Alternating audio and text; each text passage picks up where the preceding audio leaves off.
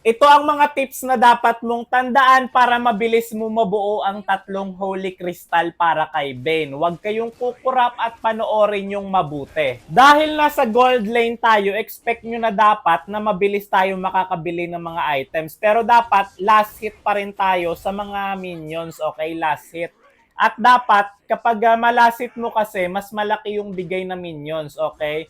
At kahit dalawan ka dapat ng marami, hindi ka dapat mamatay, okay? Hindi ka dapat mapitas kahit maraming kalaban sa lane mo para tuloy-tuloy yung pagkuha mo ng farm. Kasi Lods, kapag namatay ka Lods, may hinto yung pag-farm mo, babagal yung pagbili mo sa Holy Crystal Lods. Mas okay na hindi ka mamatay talaga. 3,000 ang presyo ng Holy Crystal, kaya wag ka na bumuo ng boots. Bibili ka ng normal boots lang, pero hindi mo bubuin.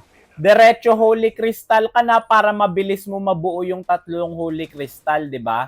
Ganun lang kasimple.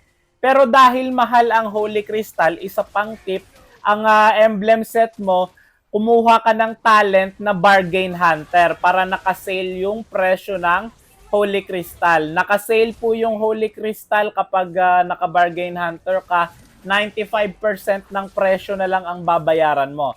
So kapag may Bargain Hunter ka, mapapadali talaga ang pagbili mo sa Holy Crystal. Napakasakit kasi ng damage ni Bane ngayon. Kahit isang Holy Crystal pa lang, grabe na ang damage. Paano pa pag tatlo, di ba? Eto mga Lods, tatlo na yung Holy Crystal ko dito kaya mas masakit. Isang buga na lang talaga, di ba? Ganon kaganda yung tatlong Holy Crystal kay Bane. Minsan nawa-one hit yung mga malalambot na kalaban. 11 minutes pa lang nabuo ko na ang tatlong Holy Crystal at partida hindi ganon kaganda ang laro ko dito dahil ilang beses rin ako napitas ng kalaban kanina. Tignan nyo yung damage ko sa Granger mga Lods. So, tignan nyo, ayan o.